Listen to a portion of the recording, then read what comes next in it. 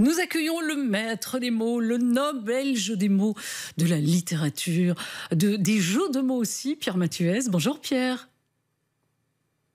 Bonjour Karine. Alors Pierre, je ne veux pas être désagréable, mais j'avais noté dans l'agenda qu'aujourd'hui c'était Bernard. Je suis très très contente de vous voir, mais qu'est-ce qui se passe en fait ?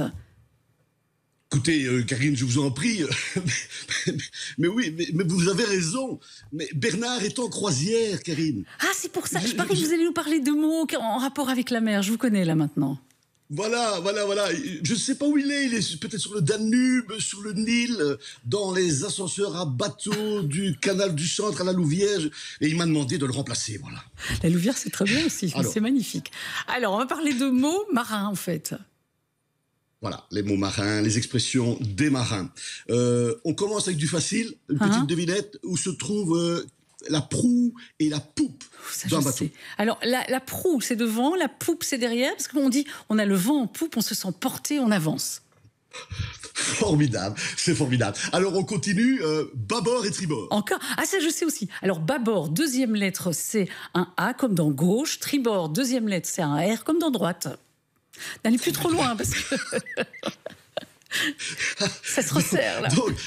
Donc, si le bateau avance comme ceci, hein, bâbord c'est là, et tribord c'est là. On y va, c'est bien.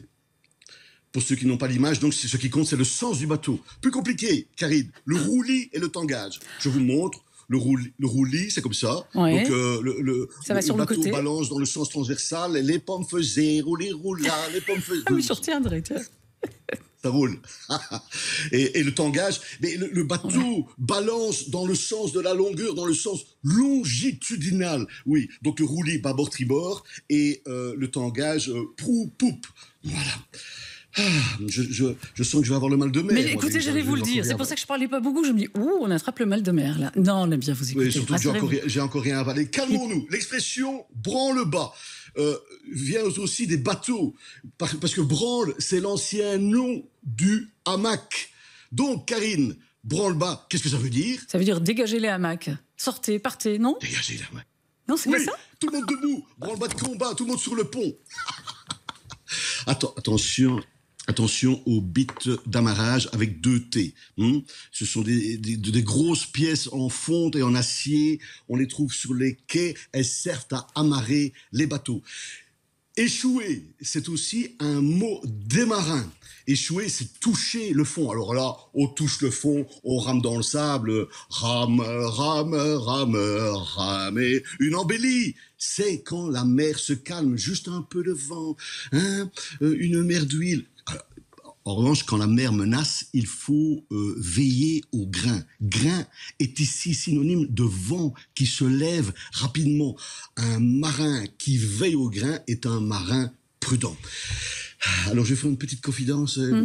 Karine, j'aime les démarches chaloupées. Les démarches chaloupées, c'est-à-dire ? Oui. Là, vous me coincez un peu. Oui, une chaloupe, c'est une petite barque, hein. Donc ça bouge, hein, ça roule. Donc une démarche chaloupée, c'est que quand ça balance pas mal, si vous voyez ce que je veux dire. Bon, largons les amarres, bon vent Karine pour la suite de ce Viva Week-end. Moi je mets les voiles à dimanche prochain, c'est de nouveau moi, puisque Bernard sera encore, je ne sais pas s'il sera rentré, mais on reprend l'alternance. Je parlerai d'école, de la rentrée scolaire, bonne dernière semaine de vacances aux étudiants, aux profs, aux instituts, courage à ceux qui étudient pour leur 2e session, je vous souhaite le meilleur, je vous souhaite le vent en poupe. À vous aussi, le vent en poupe, merci en tous les cas, très cher Pierre. On peut réécouter ces bons moments qu'on adore, et puis qu'on peut réécouter quand on le souhaite, évidemment, sur Pierre Mathuès. N'oubliez pas le H après le T, pierremathuès.be, et sur ovio.be, évidemment. Bon, vous aussi, vous souhaite le vent en poupe, et à vous retrouver la semaine prochaine avec beaucoup de plaisir. À bientôt, Pierre. Albert II vend son yacht. 1 950 000. Donc, ceux qui sont intéressés, si on a des auditeurs richissimes, voilà. Vous envoyez un petit SMS au palais. Se faire un petit plaisir, et puis on fera une deuxième chronique sur le bateau particulier. Voilà, un petit plaisir. Eux, ils vont dire ça, vous savez, ceux qui ont budget. Bon, il est 6h46. Qu'est-ce qu'on fait maintenant ? Autre petit plaisir. Je suis sûre que vous aimez Didier Barbelivien, Pierre. Oui. Bah oui, allez, Pourquoi pas. on l'écouterait. Comment, pourquoi pas? On l'écouterait une pour vous, elle. Souvenir, et vous à la maison, qu'en pensez-vous? Dites-nous ce que vous en pensez. 30 63, petit SMS. On les lira avec beaucoup de plaisir. Réagissez aussi par rapport à la séquence de Pierre, toujours au même SMS. 6h46. À bientôt, Pierre.